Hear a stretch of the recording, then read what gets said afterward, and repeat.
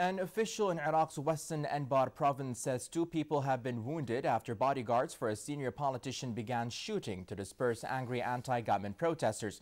The shooting near Ramadi to the west of Baghdad today occurred during a visit by Iraq's Deputy Prime Minister Saleh al-Mutlaq.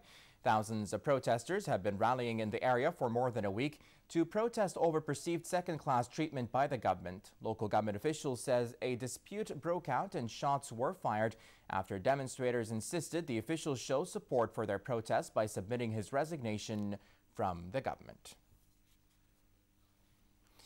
Egypt's president warned against any unrest that could harm the drive to repair the country's battered economy. In an address before the newly convened Upper House of Parliament yesterday, he urged the opposition to work with his government. In the nationally televised speech, Mohamed Morsi said the nation's entire efforts should be focused on production, work, seriousness and effort now that a new constitution came into effect this week, blaming protests and violence the last month for causing further damage to an economy already in crisis.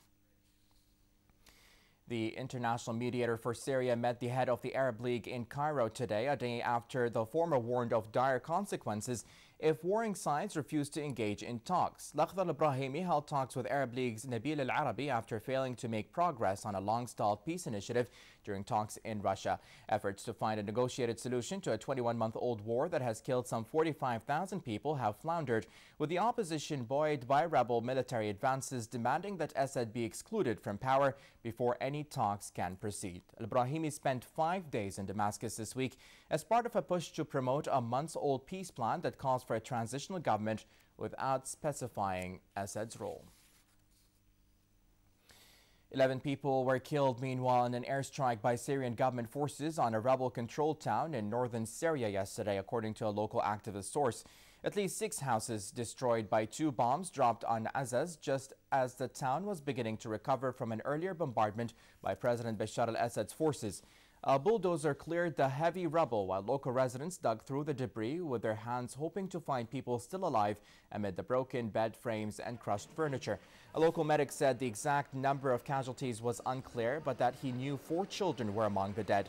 The medic said some of the wounded had been transported across the border to Turkey for medical treatment.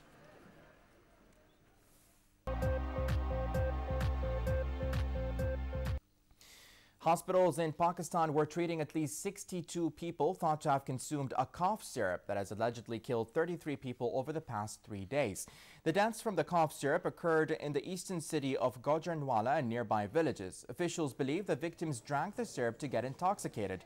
Tests have shown the victims' stomachs contained dextromethorphan, a synthetic morphine derivative used in cough syrup that can have mind-altering effects if consumed in large quantities.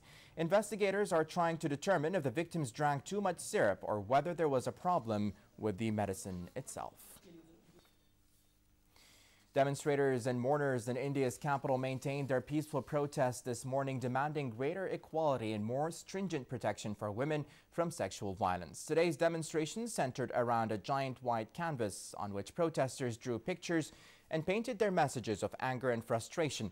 The sustained outpouring of public emotion in New Delhi and India as a whole follows the cremation of the 23-year-old Indian woman today who died following a brutal gang rape and beating on a bus in the Indian capital nearly 2 weeks ago. The young woman's body was cremated in a private ceremony in New Delhi soon after it arrived in the capital on a special Air India flight from Singapore, where the woman died at a hospital on Saturday after being sent for medical treatment.